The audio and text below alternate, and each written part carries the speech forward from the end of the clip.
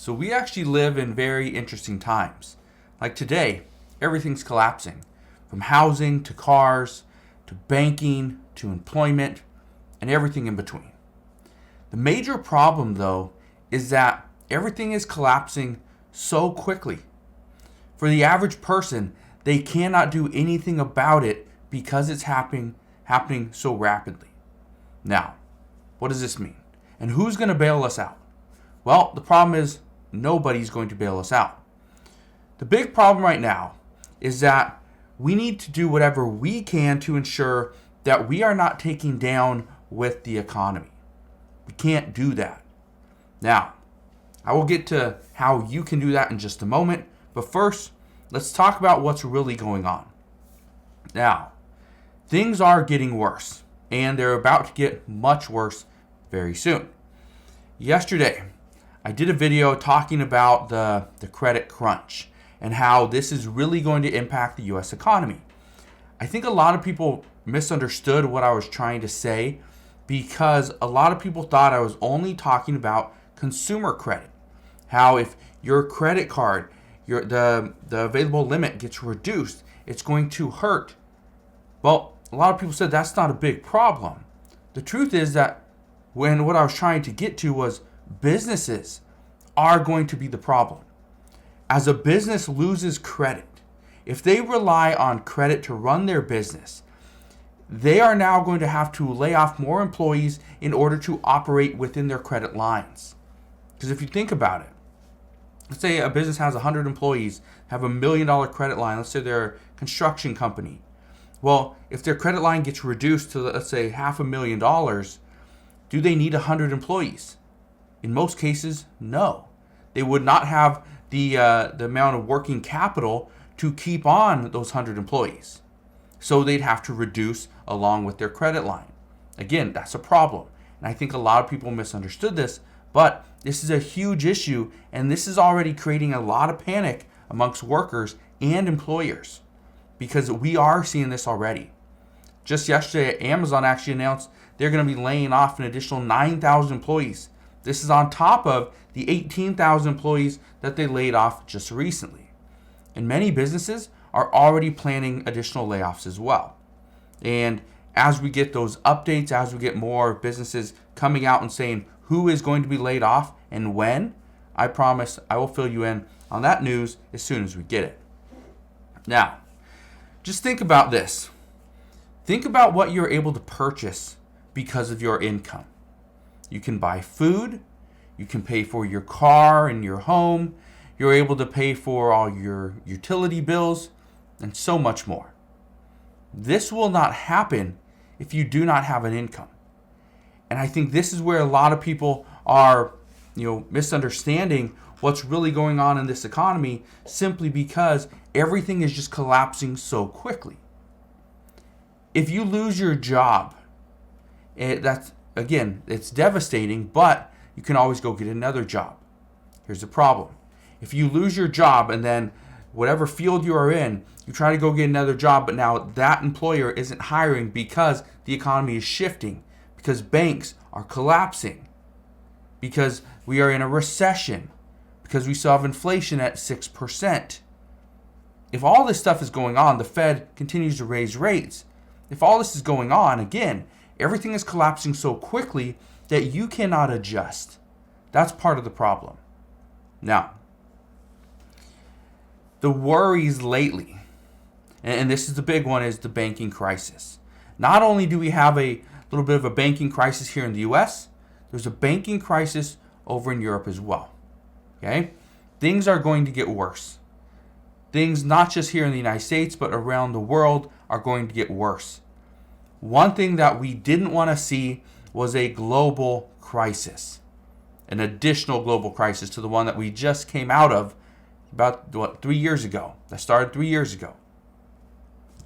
We didn't want to go through another one. Well, it looks like we are, because banks all around the world and around this country are doing what they can to just shore up their books. Nobody wants to be holding on to bad debt, but the problem here is that the assets that banks thought they once had are now turning into losses. They don't want to sell these assets at a loss. Again, this created a little bit of the crisis with the Silicon Valley Bank.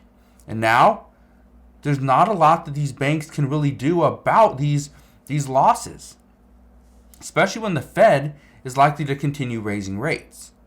Now, I want to address one thing, and this is the question as to who will bail us out. Who will bail you out? Well, it's enough about businesses, it's enough about the Fed, because let's talk about who's going to bail you out. Honestly, the U.S. government will not bail you out.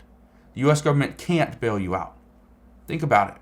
You think you're going to get another stimulus check? It's not going to happen. You think they're going to increase the or pretty much bring back the enhanced unemployment benefits like they did in 2020, where you got an additional $600 per week? No. The U.S. government can't afford that. We don't have that kind of money anymore. We've already racked up trillions of dollars in additional debt.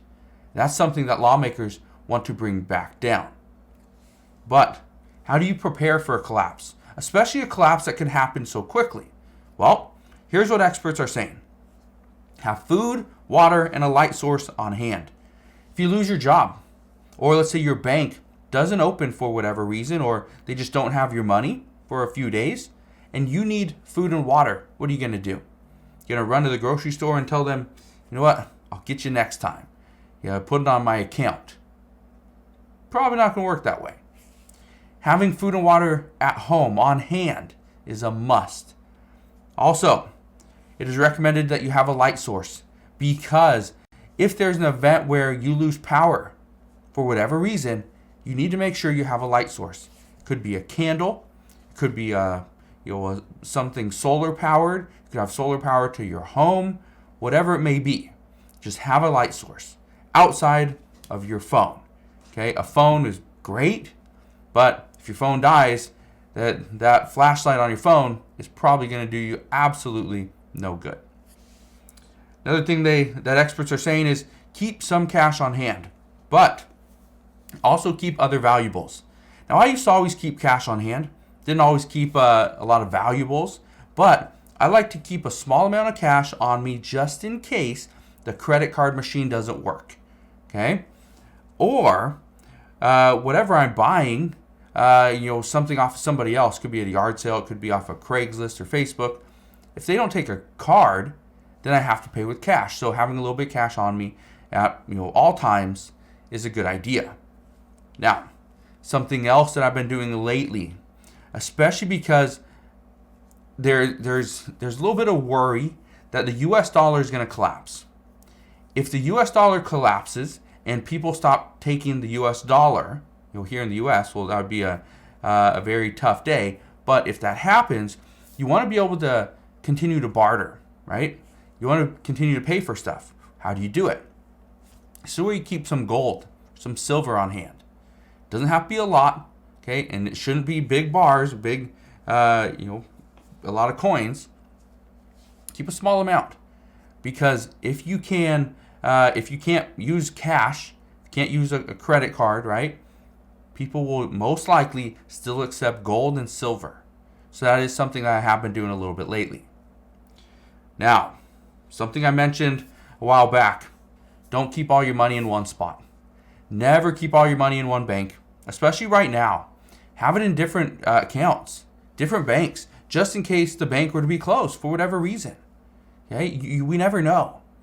And again, we saw this with the Silicon Valley Bank.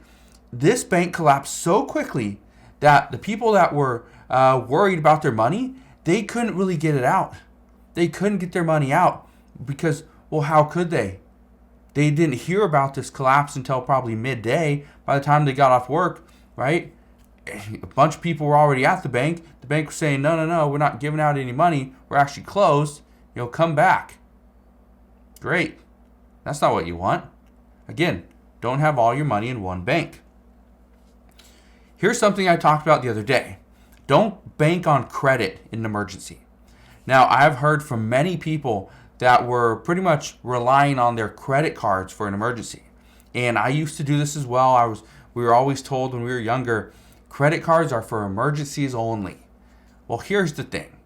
Lately, lenders have been tightening lending practices and lowering credit limits. Because of that, if you are relying on a credit card for an emergency, this could really hurt you in a pinch, so don't do it.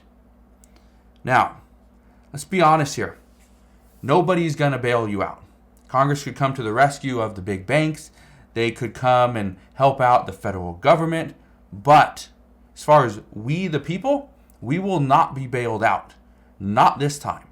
So, it is up to us to do everything that we can. The problem is, as things are collapsing all around us, we have to figure out what we should be prepared for. Should we be moving our money into the banks, out of the banks? Should we be buying gold, silver, cryptocurrencies? Is it time to get back into the stock market, into the housing market, right? A lot of questions that we need to answer. So, I promise I will be here every step of the way. I will fill you in on all the latest news and updates. All you got to do is do two things. Go ahead and hit that like button on this video for the YouTube algorithm, and make sure you click the subscribe button so you never miss an update. Thank you guys for watching, and I'll see you guys on the next one.